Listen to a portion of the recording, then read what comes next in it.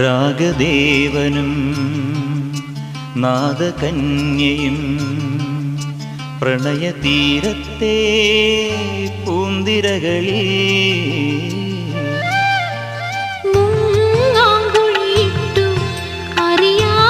പവിഴം തേടി അലകളിൽ ഈറനാം കവിത തേടി രാഗദേവനും